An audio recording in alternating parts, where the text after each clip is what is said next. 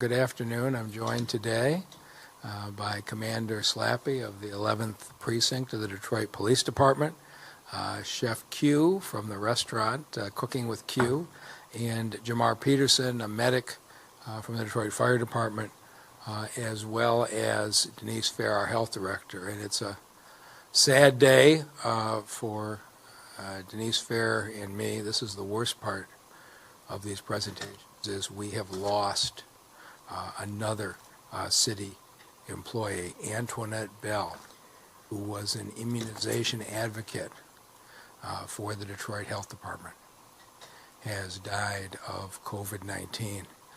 She was a huge part of our community's response. She was known to those around her as a prayer warrior.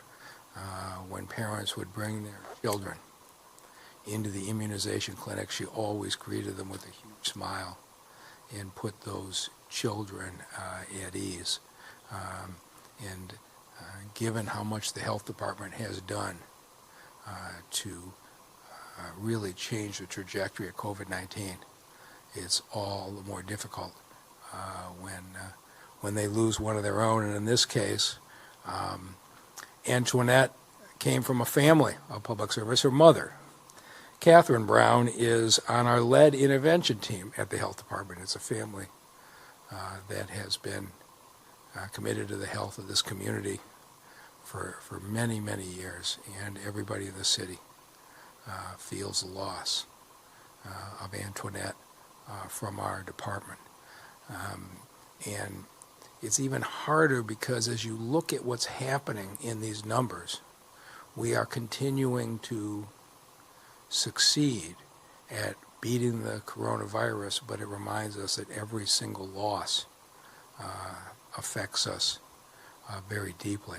Let me show you where the numbers are, and we're going to start to do these briefings Monday, Wednesday, and Friday. We're to the point now where things are enough under control we don't feel a need to do them every day as when we were in the midst of the crisis. But I think 3 days a week will be enough to give you a sense of where we're going, and also as we move to the conversation of how we reopen services, we'll be able to give you some guidance. So let me start with the chart that we use every day now, and I think Detroiters are getting familiar with, and that's the people that we have lost in this community. As I've said before, if this is going well, we should be cutting in half the number of deaths every week. That is a true trajectory down. And so we're giving you numbers here through Friday. I'm never confident on weekend numbers. We want to give them another day to make sure we're not underreporting. But if you just look at what's happened, again, 4 weeks ago, 266 of our neighbors we lost. 3 weeks ago, 277. It came down to 167 2 weeks ago, 93 a week ago, and 41 in the last 7 days. And so everything that everybody has done in this community is having a real effect. And I must get a half a dozen calls every day to do national TV shows, CNN, MSNBC, and the like. Fox hasn't called yet. I'm not sure why, but they all want to talk about what's happened in Detroit because it is really remarkable the way the people of the city have embraced social distancing. I know Detroiters are familiar with the fact that I will always give you metrics, but I want everybody to understand where we are right now. This is the governor's 6-phase plan for reopening the economy of the state, and I support it 100%. And so as she's pointed out, we went from uncontrolled growth to persistent spread, and the governor says we are now in the 3rd phase, which she calls flattening. What that means is that construction is now open. Manufacturing is open, and the supplier plants are opening today, and the assembly plants will be open next week. The auto companies are working with the UAW, real estate and outdoor work. So if you go around the city now, you'll see the landscaping crews are out, construction projects are starting, road projects are getting done. That is the flattening phase. 4 is improving. Here's the standard for when you move from 3 to 4. Your cases, your hospitalizations, and your deaths are clearly declining. We are very close to moving from phase 3 to phase 4 in the city of Detroit, and I expect it to happen in the next few weeks. What that means is this: businesses that are closed now will be allowed to open. Which ones are they? The governor defines them as other retail with limits, offices if teleworking isn't practical. So if you've got a shoe store, if you've got a clothing store, if you've got an art store, if you've got a bookstore, you've got the kind of business that people can come in and go back out. Those are the kinds of businesses that will open in phase 4. I'm still not clear on whether barbershops and hair salons are phase 4. They haven't given us guidance on that, but you can kind of get a sense of the other businesses. Now, phase 5 is when you're exchanging breaths with somebody. Sit-down restaurants, baseball games, casinos, movie theaters, where you're going to be sitting within a few feet of somebody. And of course, you think about a restaurant, even if you wear a mask into the restaurant, you can't have the mask on when you're eating. You're necessarily going to have to be exchanging breaths with folks in that environment. That's phase 5. But we could envision going into a clothing store, many of the shops along Michigan Avenue, but we're going to have to take precautions. And so on Wednesday, for those of you who have those kinds of businesses, we're going to talk about guidance on how to get ready for when we make that transition. But it is going to mean that your customers come in and wear masks. It's going to mean that your employees should be tested before they go back to work. It's going to mean cleaning protocols. It's going to mean people can't all be touching the same goods and then leaving them on the shelf. You're going to have some kind of standards, and they aren't going to be able to cluster together. But we are not that far away from opening up a lot more businesses, and we potentially could open a lot more offices if you don't have cubicles that are right up against each other, if you can create that 6-foot spacing. And I will keep saying this over and over. I'm going to show you some numbers in a minute that show this. Wearing a mask at work is going to be second nature. I wear my surgical mask all day. So does everybody in City Hall. It's second nature now. It's going to be second nature probably for another year. That's just the reality. We ought to just get used to wearing those surgical masks day in and day out. And I'm going to show you right now why it matters. So these are the numbers that we track every day. But since we opened the fairgrounds, we've got 20,700 tests back. We probably tested 25,000 people. We got some test results in progress. And overall, 23% of everybody who rode into that fairgrounds tested positive. In Detroit, 24% of Detroiters tested positive, 22% of suburbanites tested positive. This has been spread throughout the Tri-County area. This hasn't been a hot pocket in one community and not in another. Pretty much everybody in the Tri-County area has been exposed to this. But we started off with a lot higher infection rate. It's come down as we've gone along. I want to talk to you about the Detroit employees, because we're going to be bringing back about another 150 or 200 employees in the next week. We're going to bring back our building inspectors, our construction inspectors, our property maintenance inspectors, a number of lawyers in the law department, people working on housing repairs. Those are going to be coming back in the next week. And when we started bringing employees back in large numbers 2 weeks ago, I said it was my goal to create a work environment where you were at least as safe coming to work in the city of Detroit as if you had stayed home. That is absolutely our standard, and Dr. Dunn and the medical team have done a great job of putting these in place. So, since this whole coronavirus thing started in March, 313 employees of the Detroit Police Department have tested positive. 13% of the entire department has tested positive since the beginning. In the fire department, it's been 79 firefighters and EMTs, 7% of the fire department. And at DDOT, 8% of all the DDOT employees tested positive. The rest of the city has been about 3% of city employees. And so I know there was some controversy when I decided we should do hazard pay for DPD and the fire department and DDOT. But the hazard pay was based on objective evidence. The fact was, especially early on, our police officers, firefighters, DDOT employees, and a few other departments that were interacting with the public were just at greater risk. But when this all came about, we took a deep breath. We brought in Dr. Dunn. We put in the highest standard of medical protocols. And now, as folks up here can talk about, every employee is being tested when they come in for their temperature. They're being asked questions about their symptoms. They're wearing masks in patrol cars. They're wearing masks in the firehouses. They're wearing masks on the buses. And I want to show you the results. We are still testing our employees who are going to work or haven't been tested before. We bring a couple hundred of them in every day to our Abbott 50-minute tests. Since May 1st, the last 10 days, just bringing in the employees who haven't been tested before, we brought in 898 police officers who hadn't been tested. They're positive at a 1.5% rate.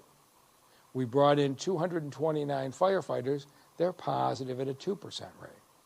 At DDOT, they've been positive at 3%, and the other city departments at 2%.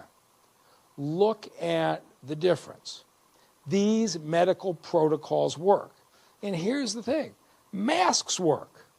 If everybody wore them, we could knock this down. But I want you to think about this. At the fairgrounds since May 1st, for all Detroiters, 8% of all Detroiters have tested positive at the fairgrounds from May 1st. These basically are people without symptoms who are just coming in without prescriptions for the most part. Now look at what you're seeing. Police officers, firefighters are less likely to test positive than Detroiters who have been sitting at home. This is telling you that the medical protocols that we are following are working. And it means as we open these construction sites, as we open these retail stores, if you will follow these same protocols, it can be done safely. Think about 2 police officers in a patrol car for an 8-hour shift sitting in the same car. Okay, when you see an infection rate like that, it means we screen the infectious folks out, and we had masks that were protecting the ones who are on site. So if it was so early we didn't even catch a temperature rise, you still weren't spreading it to your partner. I have said from the beginning, I'm going to keep saying it, the city of Detroit is going to have the highest standards of medical safety for bringing our employers back. And I know my friend the governor has a whole plan that she calls Safer at Home. But if you look at this, if you're a city of Detroit employee, we're proving that you can be safer at work if it's done right. We're going to keep testing this every single week because we're going to make sure that this doesn't start to slip on us, because more people congregate together, the more risk this is of spiking again. But if we keep tracking it every single day as we do, we think we can catch it early. But thank you to Dr. Dunn and to all the city employees. But we're going to keep bringing employees back as we can safely, and we hope to open more businesses. A couple of the things that we get a chance to talk about today. One is I want to thank Myers. It continues to seem like everybody in the country is behind the city of Detroit, but Myers has donated us 100,000 masks and more than 1 million pair of latex gloves. This is going to matter because we're going to make them available to businesses that need them for their customers. We want you to be able to reopen safely in the next few weeks. And so if you're starting to wonder, if I reopen, will I have the PPE in order to protect my customers and my employees? Over the next couple of weeks, we're going to work that out with you so that when the governor says we are phase 4 and open your doors, you'll be ready that first day to do it in a way that you can assure your customers and your employees they're staying safe. The last thing I want to do today is celebrate a remarkable program that we are wrapping up this week that we called Feed the Front Lines. And we have now served 20,000 meals to hospital workers, to police precincts, to firehouses, to the health department, to DDOT terminals, 126 different restaurants, and donors donated $400,000 so that the restaurants could earn some money making the food, and we can show our appreciation for the folks who left their house every day and did go out there to protect us. And I believe John Roach has managed to get a video that we're going to show how Feed the Front Lines has worked. John, is that going to work?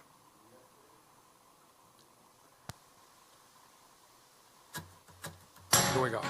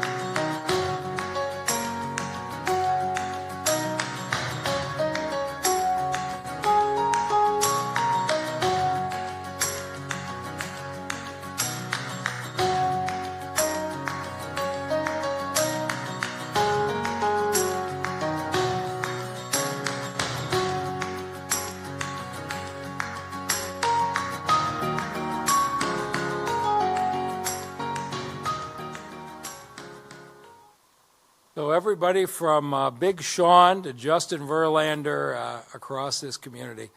Last year, I was over on Woodward, and one of our Motor City match winners, Chef Q, opened up her new business.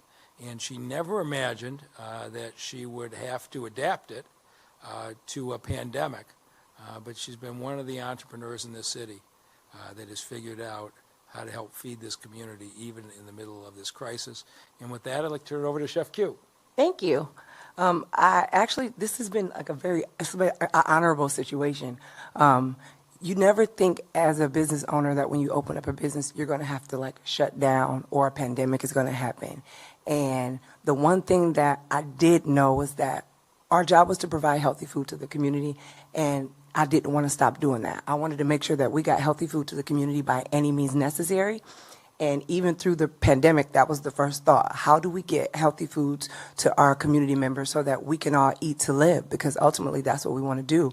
And when Feed the Front Lines showed up and they wanted us to assist, it was like a layup. I wanted to do whatever I could by any means necessary. That program kept a lot of small businesses open. It kept a lot of people that actually work in the community with employment.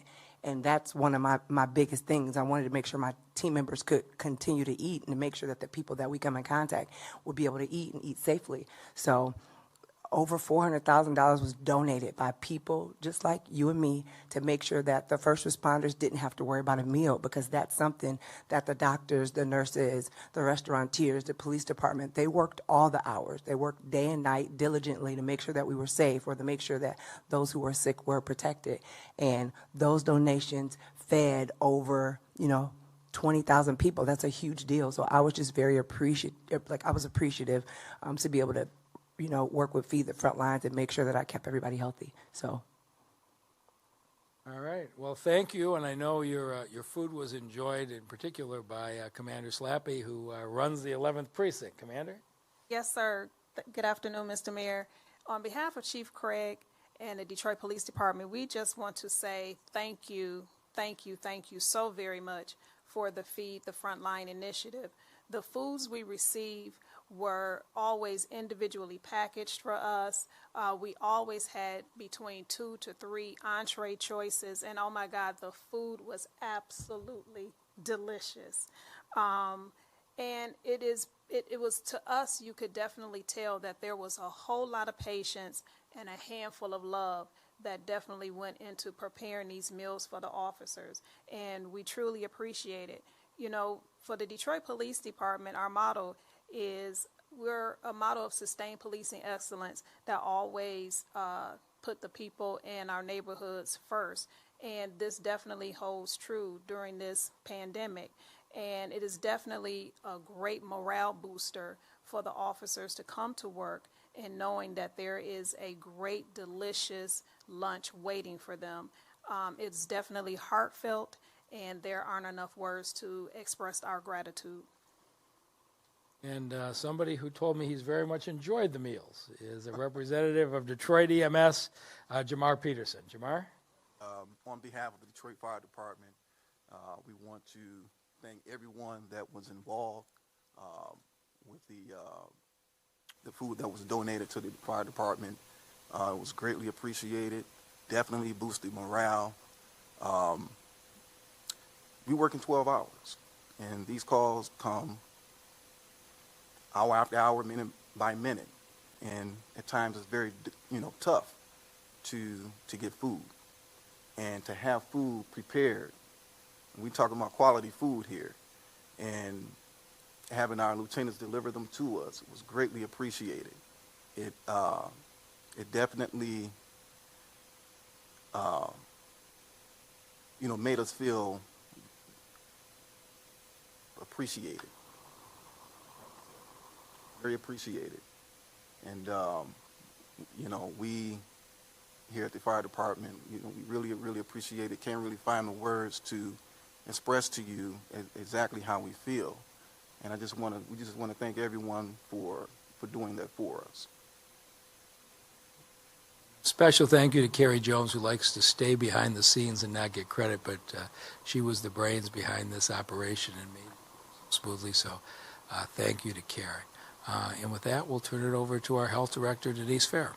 Thank you, Mayor. I, too, also want to say thank you for those who participated in the Feed the Frontline program. I know at the health department, we also work several hours, and it's really good to get some nutritious meals, especially the vegan options, which I've thought for a moment that I may consider becoming vegan myself. So special thanks to Cooking with Q. Thank you. But today my heart is very heavy. Today we, as the mayor mentioned, lost one of our own, Antoinette Bell. She was a member of the health department, and she worked with us for about 3 years in the immunization clinic as a community advocate. She was loved by all.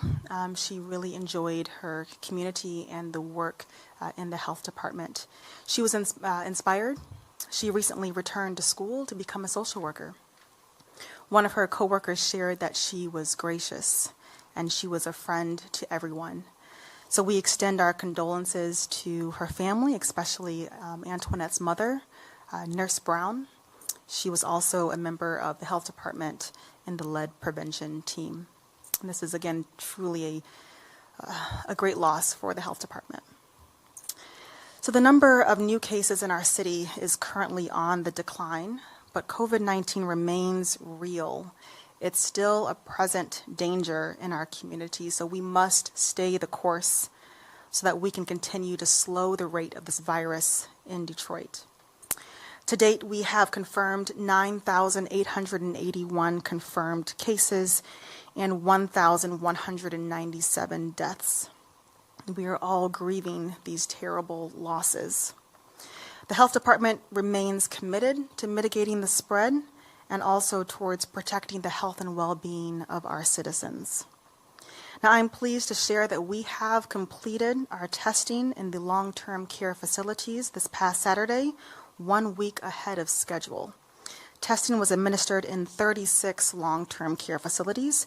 We initially targeted 37, but after verifying information that was provided to us, we learned that one facility had no residents. So again, we met our target of completing the long-term care facilities. Now the results are continuing to come in. We have about half of the results so far, and the infection rate is at about 9%. So now we are directing our attention to our senior apartments. We're continuing that planning process to address almost 70 facilities who have to date been confirmed with COVID-19. This is going to be a massive undertaking. Again, we have about 10,000 units in the city of Detroit. Our goal is to be just as aggressive as we were with the nursing homes, and we still want to serve as a model for addressing COVID-19 in those congregate settings where this virus can wreak havoc with serious and deadly consequences. I really feel confident in our strategy. Been having a lot of conversations with the mayor, and we'll share specifics later this week. Now, as the city and the state begin to open up, we must continue to stay smart by keeping our distance, wearing our masks, cleaning high-touch surfaces, and of course, washing our hands. Although some of the restrictions are beginning to lift, our efforts towards protecting ourselves and those who we love should continue to be followed. And with that, I'll turn it over to the mayor. We'll take any questions. The man with the antibodies. Yes, that's me. I hope they tell me one day whether they're worth a damn, but I'm glad to be able to fog up my glasses while I have my mask on, so that's a small price to pay. ML Elric, Detroit Free Press. Ms. Fair, I wanted to see if we could follow up on the 10,000 units, and if we know how those units are broken down. I mean, are we talking about Sheridan 1 and 2 on Jefferson all the way down to a smaller facility, and are they all city-run? Are they privately run? Can you give us a better sense of where these are and how they're configured? Sure. So it's a range. So there's 10,000 units across the entire city. It's about 79 facilities. So one facility could have about 100 units. Another could have close to 200. What we know is that we need to get started and start testing because in congregate settings, that's where COVID-19 is spreading pretty rapidly. To date, as I shared, there are about 70 facilities that have COVID. And so that's what I can share at this time. Your description is accurate of the range of facilities. Okay, and are they subsidized housing? Are they It'll be everything. city-owned? Any place where, if you look at what's happening now, upwards of 90% of the people we have been losing in the last couple of weeks have been over the age of 60. And so we are going to target more and more of our efforts to our most elderly citizens. So it doesn't matter whether it's a city-owned senior center or privately owned senior center, an assisted living facility, any place where people over the age of 60 are clustered, the health department is going to be sending teams in, and in many cases it's so much easier to go through the apartment building and take everybody's swabs and send them to the lab than to get all those folks to get in a car and go to the fairgrounds. So that's kind of the way we're looking at that is places where our elderly are clustered, we're going to go in more and more directly as we did in the nursing homes. Okay, and Ms. Fair, will you also be testing staff members there as well, or is it primarily just the residents? So our focus right now is the residents, but the staff are more than welcome to go to the state fairgrounds to get tested. Okay, and is the city providing PPE for those staff members who may not get it through their employer or whoever runs the facility? So that's currently part of our strategy, and so again, I'll be able to share that later on this week. But that's Okay. what we've been doing that as we've gone along, and we'll continue.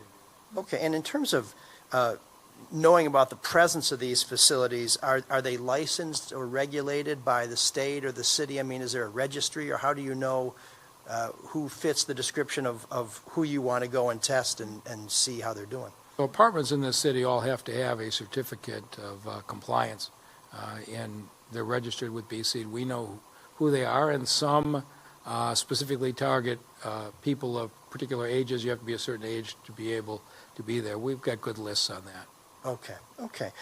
In terms of Feed the Front Lines, is this program continuing? Can people still donate? Can restaurants get involved, or is this something that's run its course? It's wrapping up this week. Okay. So we want to thank the folks who were there. But yeah, this will be the last week. Okay. And as we're seeing in other cities and other states who may not have had as rigorous a testing program, people are starting to travel a little bit more. Is there any concern that people coming to Detroit who may not have had the opportunity to get tested, or who may not perhaps be as disciplined as Detroiters in terms of masks and social distancing, that they could pose a danger to residents or people who do business here or work here? I get concerned about that every weekend when I go on Belle Isle. So the answer is you look at the commitment that the people of Detroit have made, and it has been remarkable. And one of the things we're talking about is how do we make sure as the businesses open and folks come in that they follow that. Of course, Ohio has opened up more quickly than Michigan has, so they have to deal with that sooner than we do. But it's something we're talking about, and I'm not sure what the right balance will be, but I'm hoping that the culture that's been embraced by the city of watching out for each other is also embraced by our visitors. Given the city's ability to do more tests than it's many other places, and the resourcefulness the city has shown in terms of getting testing material, do you envision, or have you been invited or asked to take on a role on a larger basis, either by someone in Washington, perhaps by one of the campaigns, to talk about what's worked in Detroit and to maybe share some best practices that could be used in other places that seem to be still trying to find their way on how to get a handle on this? We're consulted continually. The CDC has picked out southeastern Michigan as one of the first places to do its serology tests, and that's being done in partnership with the healthcare organizations across southeastern Michigan. And of course, the CDC has been embedded in the health department for a while, and I think has taken the practices nationally. And I'm continually on calls with mayors from across the country who want to talk about what we have done. But as far as a formal role, we're basically working 18 hours a day to protect Detroiters. So we're happy to help give advice, but we're going to stay focused on our own city. Okay, I think that's it for my questions. Thank you very much.